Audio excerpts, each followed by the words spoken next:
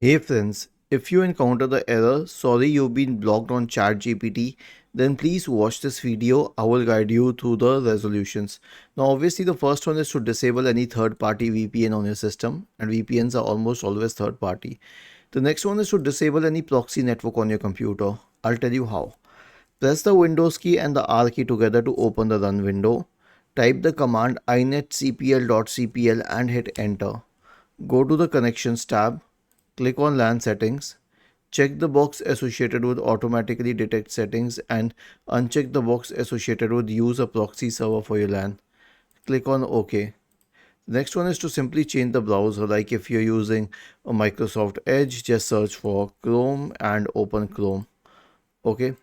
And the last one is to use the incognito mode of the browser. So click on these three dots at the top right corner and select in private browsing. Was this helpful? If yes, then please subscribe to the channel. If not, then let us know in the comment section of the video on how we could help you further. Thank you for watching this video and have a nice day.